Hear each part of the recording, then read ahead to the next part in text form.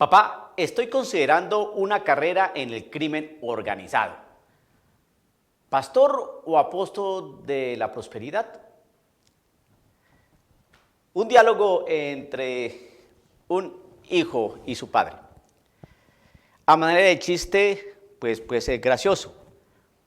Para algunos sectores puede ser ofensivo. Lo que sí es bien claro es que los chistes de alguna manera reflejan un sentir, una vivencia de las personas. Entonces, cuando el niño le plantea al papá el crimen organizado, el papá lo toma por ese lado, ¿no? Entonces, ¿qué vas a hacer? Apóstol de la prosperidad. Es decir, parece ser que los pastores y los que manejan toda esta atmósfera del evangelio de la prosperidad es porque es una realidad que está viendo el pueblo de Dios. ¿A dónde quiero ir? Pero resulta que a mí me importa mucho la gente, el sentir del pueblo. Y el pueblo de hoy está prácticamente perdido, desconcertado, tanto en el mundo católico como en el mundo de las sectas protestantes. Hoy, con tanto escándalo, pedofilia, homosexualismo, escándalos de homosexuales, violaciones, crímenes, tapujos de cardenales, obispos que están envueltos en situaciones complejas con esta realidad de la pedofilia, todas estas situaciones, sacerdotes que son condenados, cosas de estas, pues esto es una realidad que empaña, enluta, ensombrece a la realidad, ¿no?, de la iglesia, del pueblo de Dios. Entonces la gente está desconcertada. Y si por aquí llueve, por estos otros sectores cristianos también no escampa. ¿Por qué? Porque ellos bien saben que están divididos y subdivididos.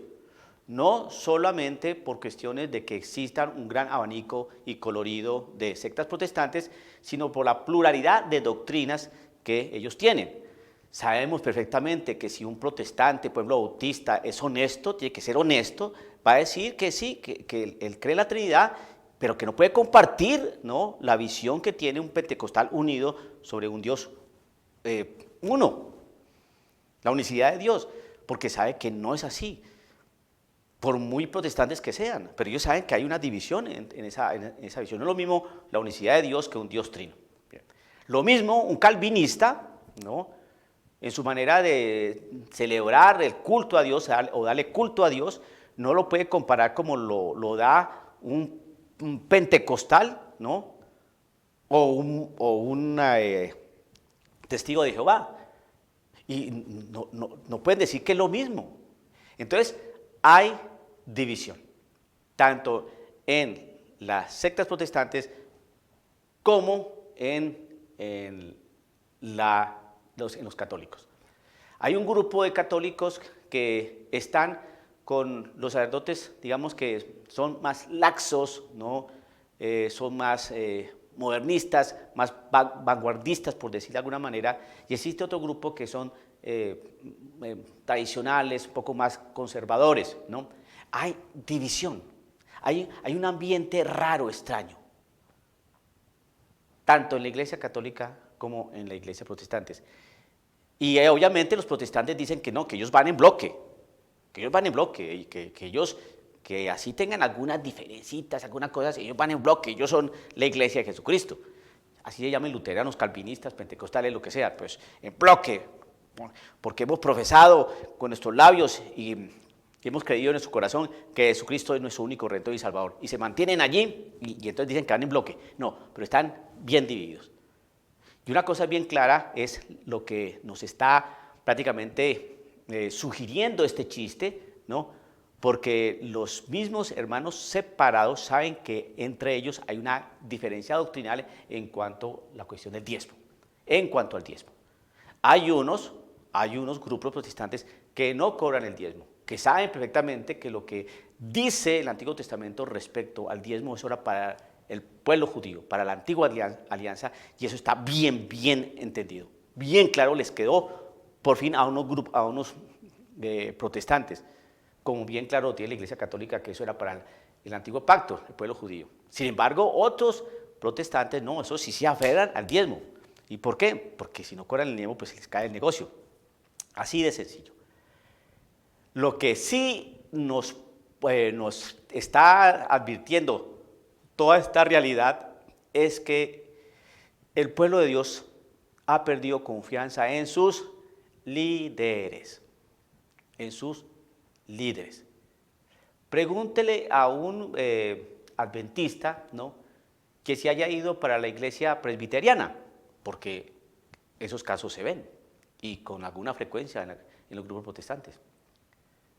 Porque existen bautistas del norte y bautistas del sur, y usted va a ver que sus doctrinas, sus planteamientos y visión bíblica es distinta. La realidad moral es distinta, ¿no? Entonces hay división. En los protestantes hay división en la Iglesia Católica. Nosotros los católicos decimos que andamos en bloque. No, no, no.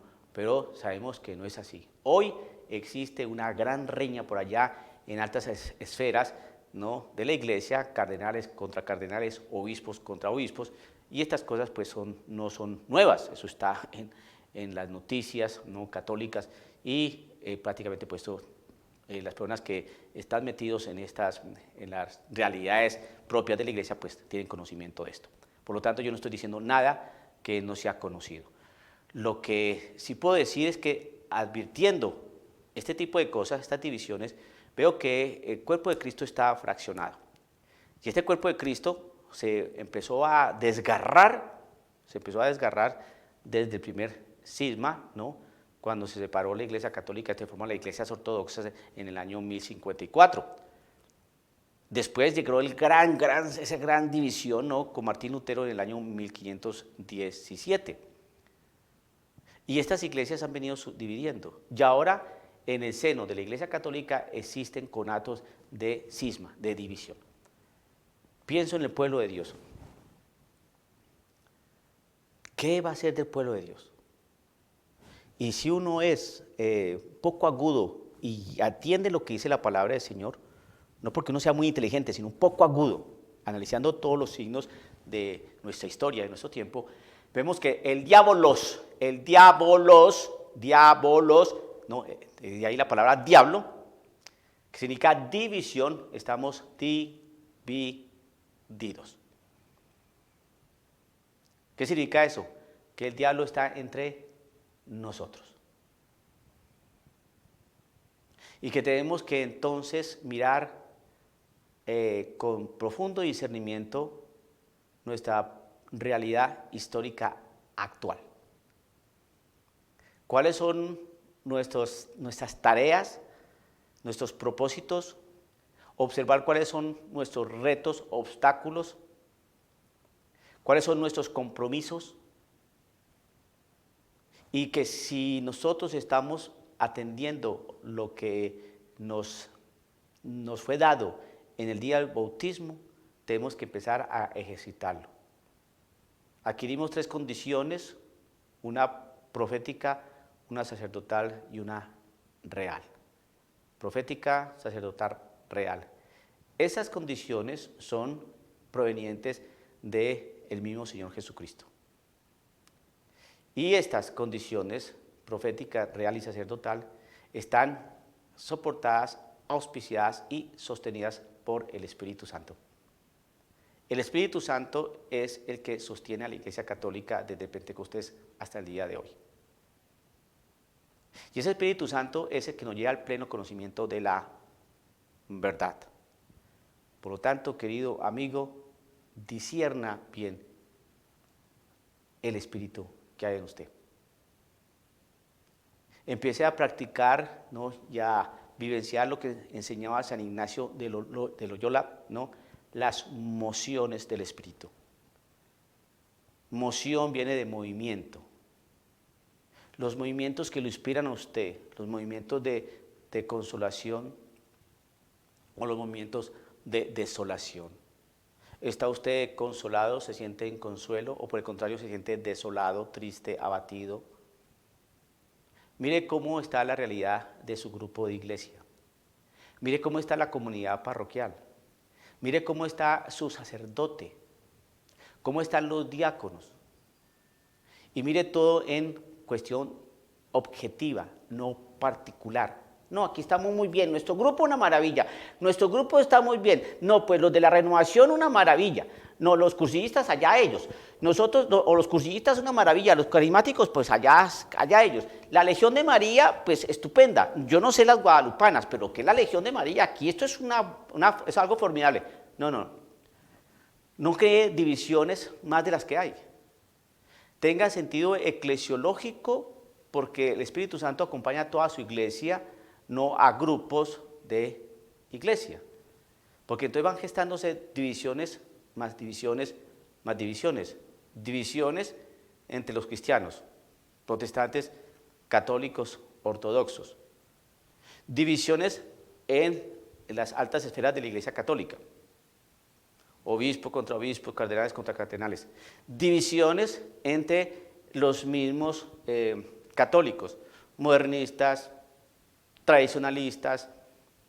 Divisiones adintra de una parroquia, que cursillistas, que carismáticos, que Legión de María, que guadalupanos, que el grupo Juan 23, que el grupo neocatecumenal, etcétera, etcétera.